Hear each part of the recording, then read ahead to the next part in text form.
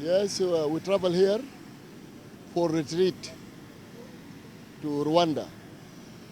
We share experience in many fields, in public service and in road and bridges, and even in education and youth and employment. We share many experience in Kigali, Rwanda. We visited a number of ministries and were able to learn from their experiences. I had the opportunity to visit the Ministry of Agriculture and had a meeting with the Minister of Agriculture. She talked to us about the agricultural programs that have been implemented in the last 10 years or so in order to improve food security in the country.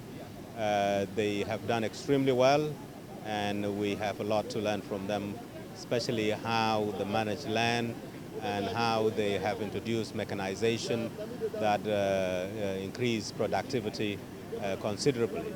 We also had a meeting with the Minister of Natural Resources.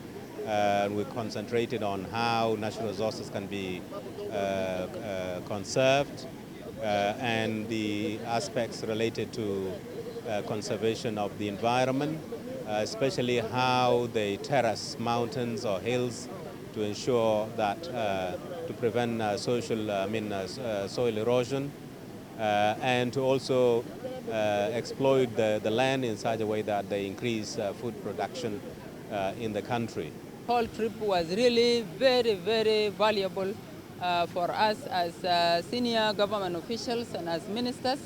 And we've really benefited from sharing of experiences from their side and from our side. To add on what my colleagues have talked about is the importance of ICT. The information communications technology in Rwanda is actually the heart of all the activities, the projects, and it is known as a cross-cutting and also as an enabler. A joke at some point was that ICT cannot be eaten. ICT is there to help, to support, to facilitate others. The purpose of this training here is to support the ministers build a high level of political consensus among the institutions they represent. The ACBF came up with this plan to take the ministers out of the country so that they can have this experience sharing mission. We've chosen Rwanda because Rwanda is a good example and role model to Africa in terms of good governance. I am sure during this week-long training, they have really learned a lot from Rwanda, as there were about 9 ministers who left from here, and other technocrats as well, members of parliament, because they also enforce policy. We feel that they should be part of this training. The second phase will also come up.